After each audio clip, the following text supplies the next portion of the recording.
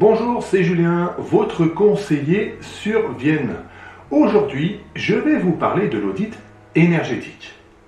À partir du 1er avril 2023, les propriétaires de la totalité des logements qui sont considérés comme des passoires thermiques vont devoir présenter un audit énergétique quand ils vont vendre leurs biens.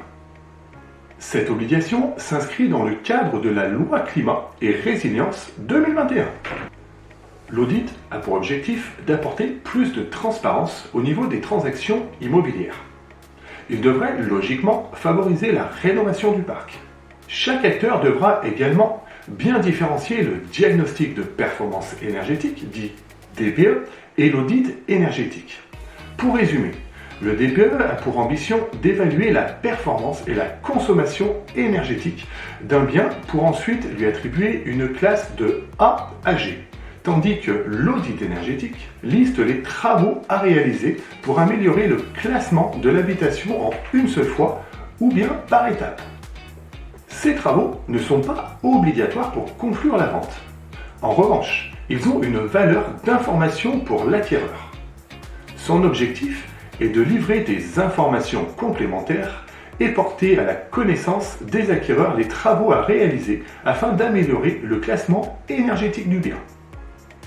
Cela permet à l'acheteur d'intégrer ces travaux dans son projet d'achat. Ne sont concernés par l'audit énergétique obligatoire que les biens individuels et en monopropriété.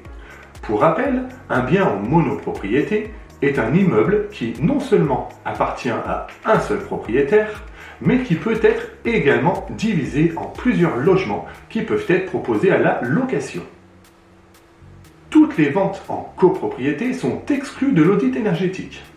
Pour que la vente soit concernée par cette loi, le logement doit être classé en F ou G au niveau de son DPE.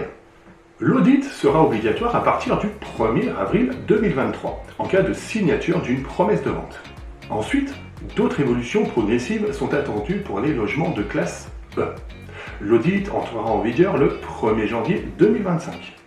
Pour les logements dont la lettre du DPE est T, il sera obligatoire dès le 1er janvier 2034. Pour faire réaliser un audit énergétique en règle, le propriétaire vendeur doit demander les services d'un diagnostiqueur qualifié. Ce dernier dresse une liste de travaux à réaliser afin d'améliorer la performance énergétique d'un logement pour, par exemple, le faire passer de la lettre F à la lettre E. Cette prestation du diagnostiqueur vient en complément d'un état des lieux complet, des caractéristiques architecturales, géothermiques et thermiques du bien. Il va aussi regarder les équipements de chauffage et de ventilation, du chauffe-eau et d'éclairage, caractéristiques spécifiques de construction ainsi que la performance énergétique du bâtiment.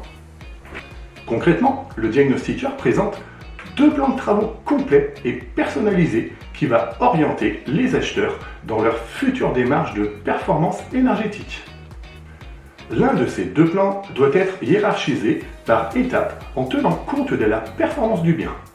L'estimation du montant des travaux et de leur impact théorique sur la facture d'énergie finale, mais aussi l'ensemble des principales aides financières de l'État mobilisables pour financer le projet de rénovation.